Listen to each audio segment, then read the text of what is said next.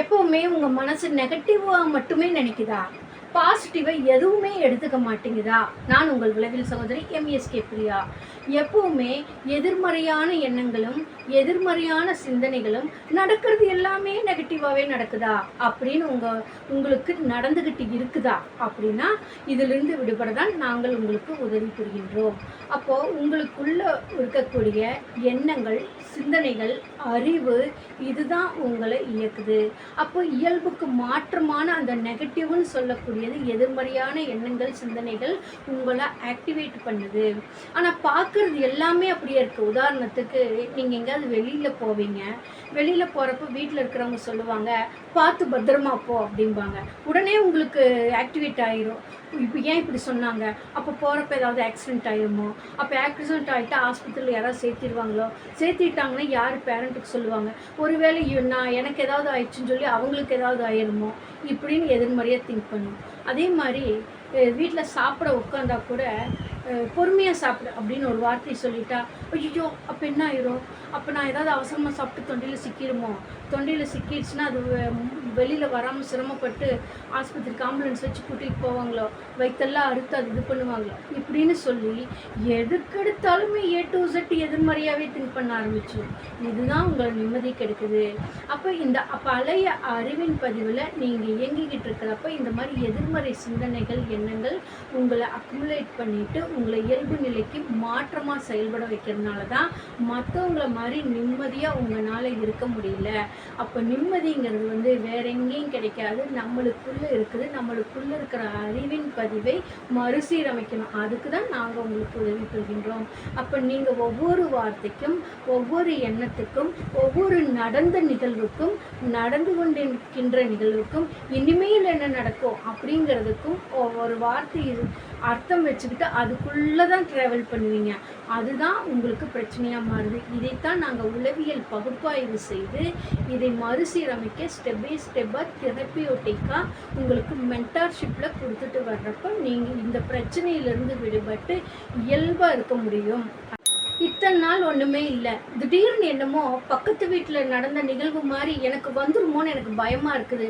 ஒருத்தர் திடீர்னு ஏதோ ஒரு நாள் இறப்பு வந்துருச்சு அவங்களுக்கு. அந்த மாதிரி நானும் இறந்துருவனோ? அவ்வளோ ப்ரில்லியண்ட்டான அவங்க இறந்துட்டாங்க. அப்போது எனக்கு அந்தளவுக்கு ஸ்கில்லே இல்லை, எனக்கு ஏதாவது ஆயிருமோ அப்படின்னு உங்களுக்கு பயம் வருதா? பயம் அப்படிங்கிறது பல வகைகள் இருக்குது.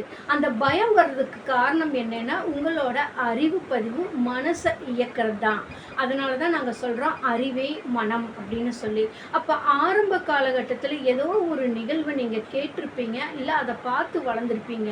அப்போ இப்போ அது உங்கள் கூட அக்குமுலேட் ஆகிறப்போ உங்களுக்கு இன்றைய பிரச்சனை பெருசாக பூதாகரமாகி உங்களோட செயல்களை அனைத்தையுமே தடுத்து இயல்புக்கு மாற்றமான செயல்களை உருவாக்குது. எப்பவுமே ஒரு பதட்டமான நிலையும் பயத்தையும் உண்டாக்குது. உதாரணத்துக்கு பக்கத்தில் ஏதோ ஒரு பிரில்லியண்ட்டானவங்க திடீர்னு ஏதோ ஒரு காரணத்தினால இறந்துடுறாங்க.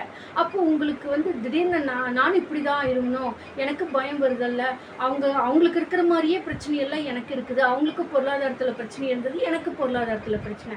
அவங்களும் குழந்தைகளை வளர்த்துறதுல பல எதிர் பிரச்சனைகள் வருது, நானும் குழந்தைகளை வளர்த்துறதுல பல முரண்பாடுகள் வருது.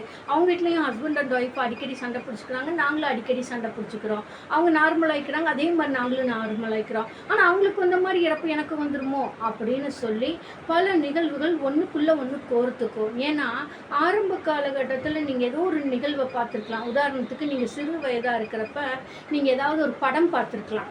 அந்த படம் பார்த்ததாக இருக்கலாம், இல்லைன்னா ஏதாவது ஒரு கதையை கேட்டதாக கூட இருக்கலாம். அந்த நிகழ்வு ஒருத்தர் ஏதோ ஒரு காரணத்தினால இறந்துடுறாங்க, அம்மா இறந்துடுறாங்க.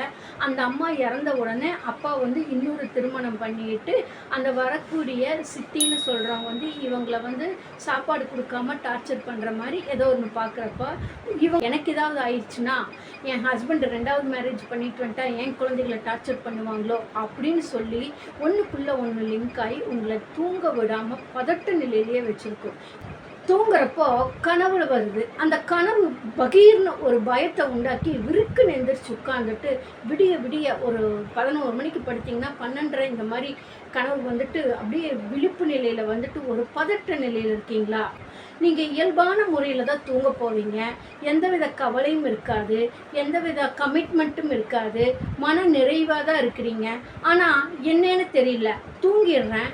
திடீர்னு ஒரு 2 மணி 3 மணிக்கு இல்லை அதிகாலை நேரத்தில் நிஜத்தில் நடக்கிற மாதிரி யாராவது ஒருத்தர் இறந்தவங்களோ இல்லை மற்றவர்களோ யாரோ ஒருத்தர் பக்கத்தில் உட்காந்து இன்ட்ராக்ட் பண்ணுற மாதிரியும் பேசுகிற மாதிரியும் தகவல் கொடுக்குற மாதிரியும் ஒரு பதட்டமான கனவு வந்து உங்களை பயமுறுத்துதா?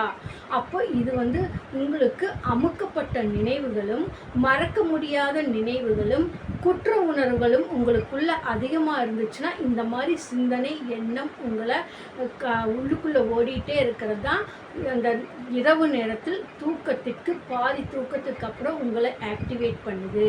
அப்போ குற்ற உணர்வு நான் ஒன்றுமே செய்யலை, நல்லது தான் நான் செஞ்சேன்னா நல்லது செஞ்சோம், பட் அந்த நேரத்தில் அது நல்லது. ஆனால் உங்கள் மனசுக்குள்ளே ஒன்று ஓடு, ஒருவேளை நம்ம செஞ்சுருக்கலாமோ, செய்யாமல் இருந்திருக்கலாமோ, இப்படி நம்ம ஒதுங்கி வந்திருக்கலாமோ, இல்லை அந்த இடத்துக்கு எதிர்த்து பேசியிருக்கலாமோ, இப்படி ஓடுதல்லவா?